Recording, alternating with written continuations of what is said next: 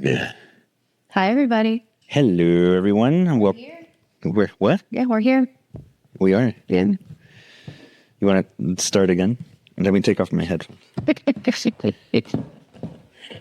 right. Yeah, I was. Are you ready? Hi, everybody. This is episode 15. Of Dorian. Welcome. You're such a moron. Welcome to episode 15 of Dorian Destination Podcast. I am Franco. I'm Shannon. And we are your immature travel advisors, friendly neighborhood immature travel advisors. Remember, we are travel advisors, not travel influencers. So whatever you hear today, we can help you with in your own travels. So keep us in mind for your next trip. What do we got today, babe? Oh my gosh. So we have some travel fact or fiction. That's true. Some little bit of travel tips. Of course. And then this one I'm not really I don't know how I feel about it, but I'm excited. It's hotels in trains and airports, right? No. It's hotels and train stations, but these are luxury hotels. Okay, so sure, what's so luxury about this, but okay. Well, it's interesting. It's interesting, and they're actually saying that Colorado has become the Switzerland of the Americas. So you don't want to fly across the pond. You could see that, and it's half the price. So yeah, Colorado is a little expensive. Yeah, it is. Oh, but you know what? Switzerland by far. Yeah, Switzerland is it's a little intense in terms of budget, but let's get cracking. Let's go. All right. Let's go. Okay, so our first segment, which is fact or fiction. Are you ready for this? Yeah. Okay, fact or fiction? Venice tourists outnumber locals 23-1. 100%. 100% what? Fact or 100% fiction? You're absolutely correct. Yeah. To the point where they do it during the summer. I know for sure last summer, I don't know, they should do it all year, to be honest now. But to even enter Venice, you need to pay a $5 euro. So you have to pay online before you head. I don't know how much that's the deterrent, though. I know nobody's really checking. There's nobody asking for your thing. However, if you are there, and if you know anything about Venice, it's built and it is sinking because of the way that it is built. So I'm sure anything overload of tourism can help, the infrastructure. Yeah. You can bring it in there. If you're staying at a hotel, they charge you. They don't charge you that fee. It's in your hotel price, just so you know. Yeah, but I still don't think that's going to deter people from going. No, I don't think so. But and just so you know, that payment is only from I think 8 in the morning to 4 p.m.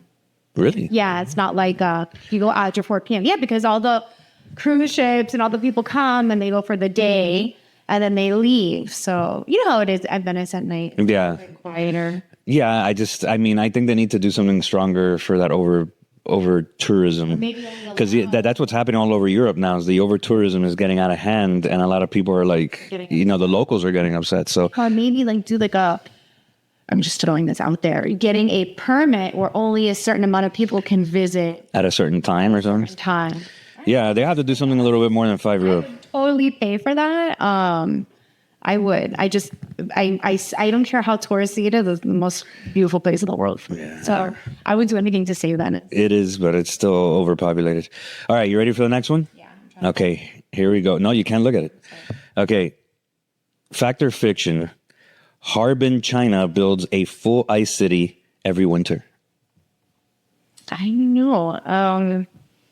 I can see them do that. I can totally see it happening. I don't know if it's true, but I think it's true. I think it's true. You're right. It is. It's a fact. It's a fact. So they have an ice festival that features full-size buildings, palaces, and sculptures made out of ice from the Song Huai River.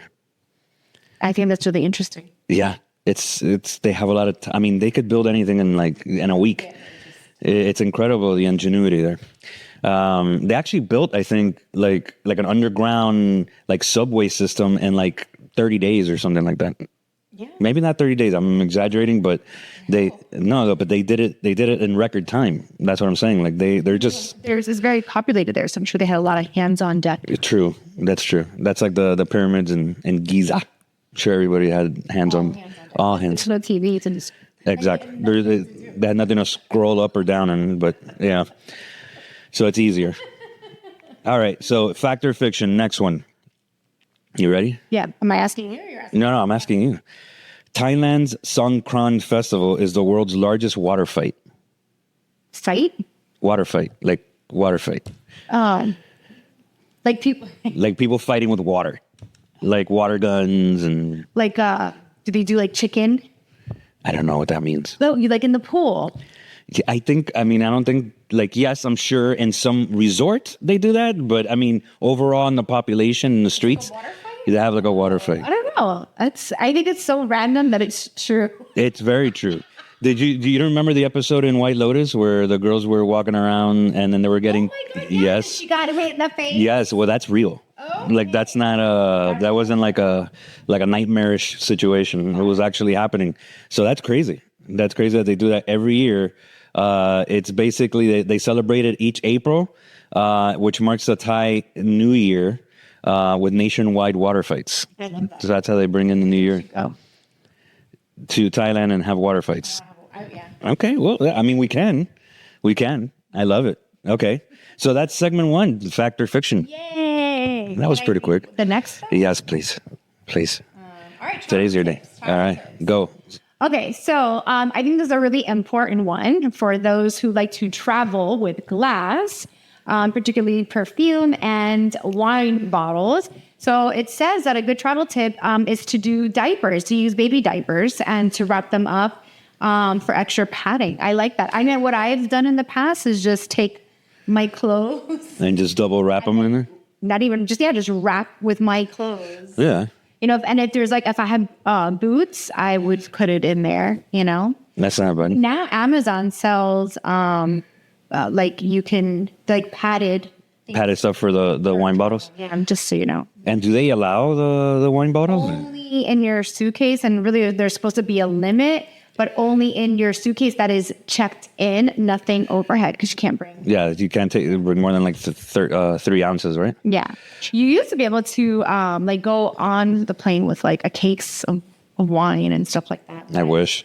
When I used to travel home from Europe in 1996. Eesh. You see, the world was much simpler back then. I wish. All right. So the second one is, well, I know a lot of people do it, is actually location sharing with air tags and GPS trackers. You put it in your suitcase. So in that way, where it is. And then if you lose it, you could find it with that tracker. But I think you should have that on people too. Yes. Like kids. Actually, they sell for kids the shoes where you could put the air tag.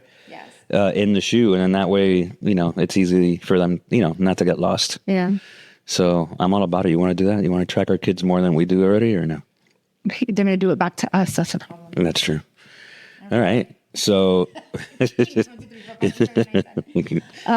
compression socks, I'm all about these, especially if you have swelling from the altitude. This is really good to have. Yeah, compression socks. And actually, I used to laugh at it, but then when I saw your best friend Kiki wear them in a long flight. She swells a lot. Yeah, and I swell a lot too. My feet get swollen as well, so I think I'm going to invest in this.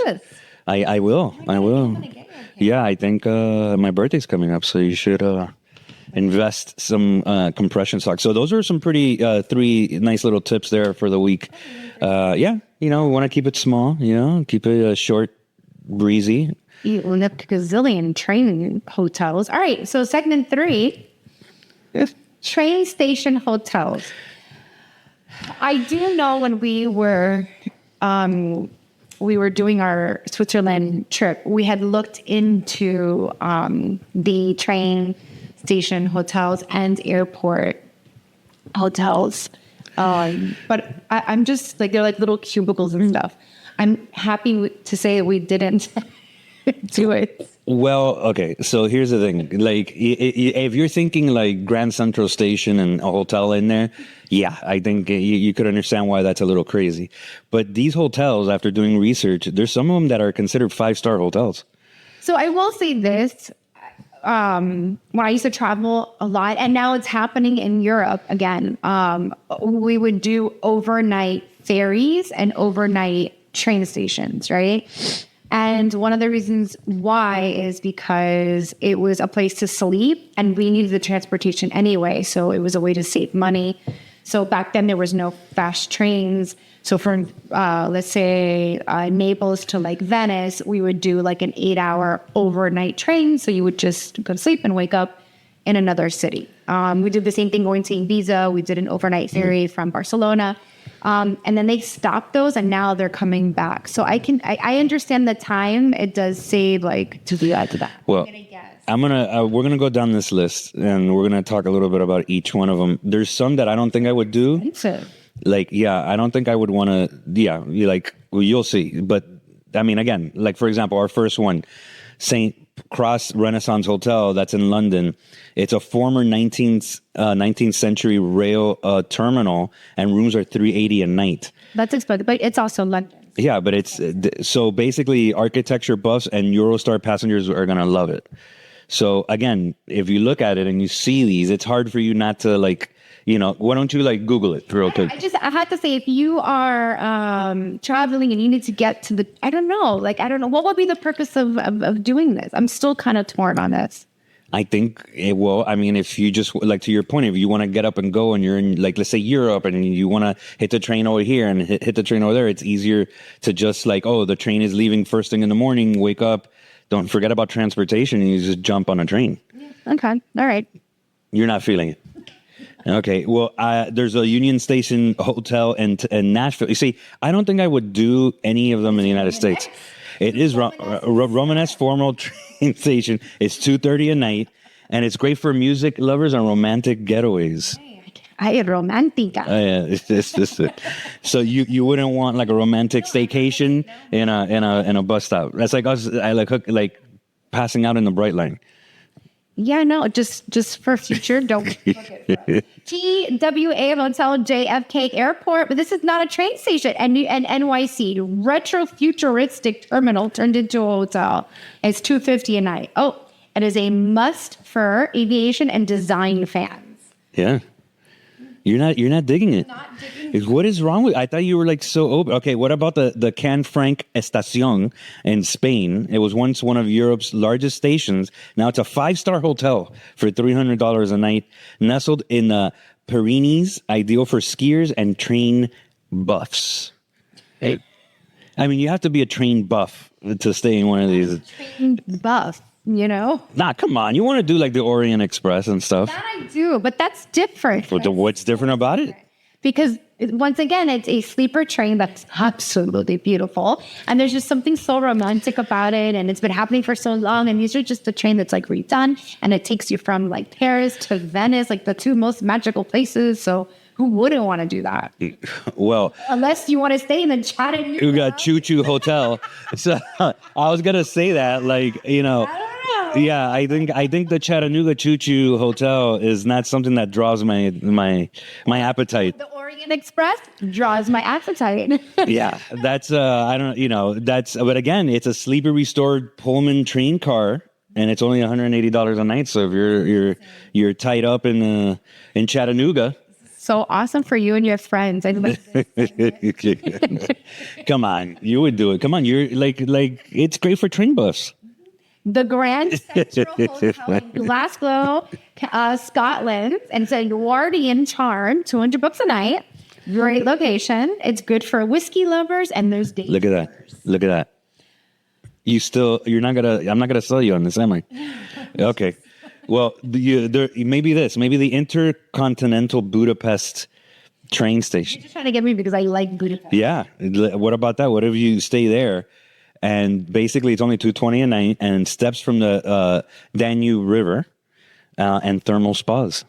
Okay, but you know what?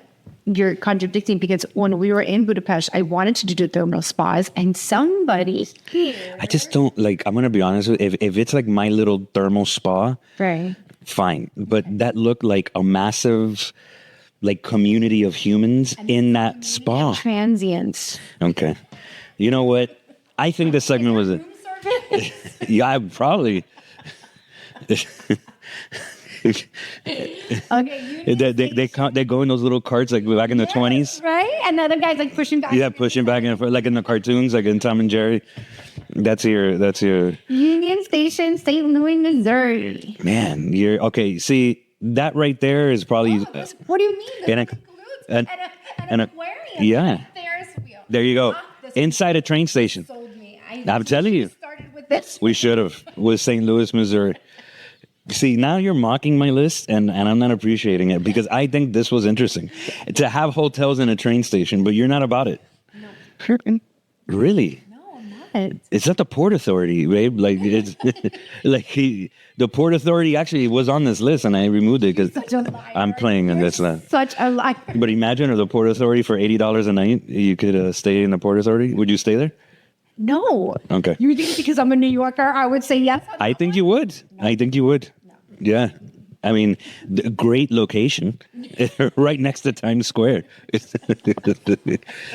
Okay, so our second to last on our list, because I know you're dying to get rid of this one, Royal Station Hotel in Newcastle, England. It's Victorian elegance with direct rail access from $190 a night. It's near city pubs, so I don't know if it's near city pubs. That means that there's a lot of exactly. Yeah. To go any further. Yeah. Why I'm not a fan. And then we have the last one, the Crawford Hotel. It's a Denver Union Station.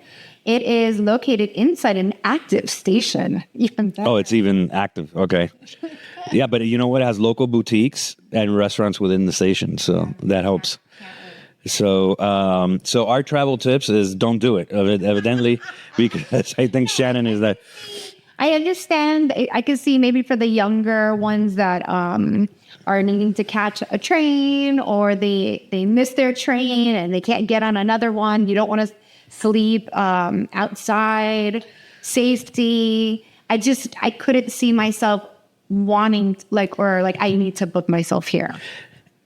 I agree. I mean, I don't want to book inside a train station, but I think what they've done and they're doing the research, it's incredible what they've done with these train stations to make it at least an option for those who just want to get up and go, and at least give you that comfort. I think, again, the Port Authority situation I'm not about, but I think if you do your research enough, like some of them on the choo-choo, I'm definitely not doing. The Chattanooga choo-choo is not. I'm not about that. But the other ones sound pretty interesting for me.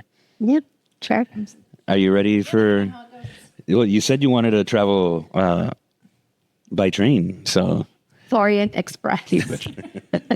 You're forgetting that part of the sentence. All right. Well, that's our best of segment. Obviously, it wasn't the best of for Shannon, but if you guys have any more information you want for train station hotels, let us know, and we'll be more than happy to provide that.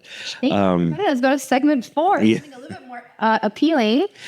Talk about Colorado. They're calling it the Switzerland of the United States. Specifically the San Juan Mountains, which I have not been to Colorado. I've never been to the San Juan Mountains. So. Yeah.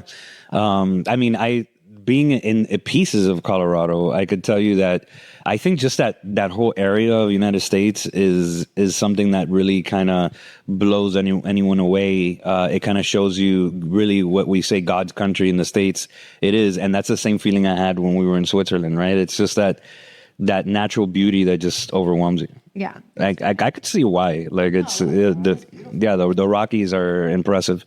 Well, they say the $1 Million Highway is jaw-dropping scenic drive between Ouray and Civilton. Lodging the staying boutique inns and mountaintop cabins, obviously, which we can book for them. And basically ice climbing in winter, alpine lake kayaking in the summer. So it's all year round that you could do things. You have it there. Don't. You have your notes.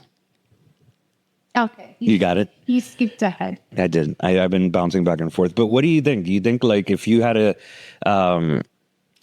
if you had a client that comes to you and says, listen, I want nature, I want mountains, I want, what do you do? Because like you said, Colorado's not cheap, but it's not Switzerland. Like, what do you recommend for a family that says that they want that sort of vacation?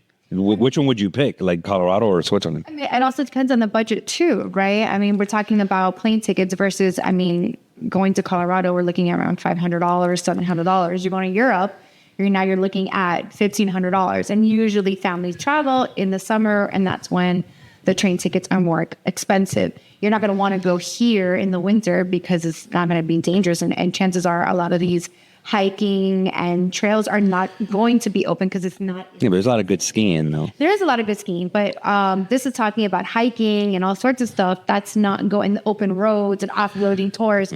Those are not going to be available to you in the winter time. Actually, even through March, we were in Colorado in March in a severe snowstorm, and we were in a snowmobile that was still a little bit of scary to even get around, so I wouldn't want to. It was a blizzard. We were in a blizzard.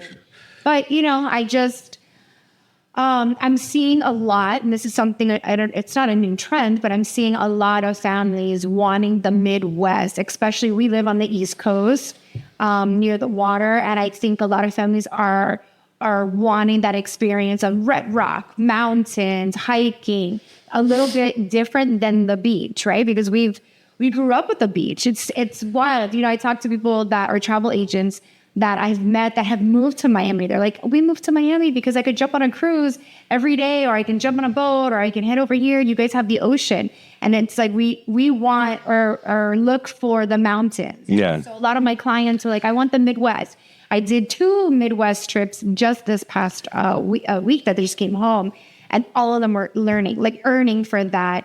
Hiking, trailing, getting in a car and going through those mountains. Idaho is another one, a very inexpensive. We should do a segment on Idaho, a very inexpensive, off the beaten path, typical place. And it's close to Wyoming. So you get to go to Yellowstone. And so those are just, I think knowing the clientele who I usually do with is looking for that. And I think that it's better on your pocket, especially if you have young children. Yeah. Yeah, and I agree. I agree with that. I think if you want to see more, and I'll tell you why, the geography of that area, like let's say Colorado, you're not too far from desert. You're not too far from, plains. You're not too far from mountains. I feel that, even Switzerland is gorgeous, and I love Switzerland, amazing, and I want to go again.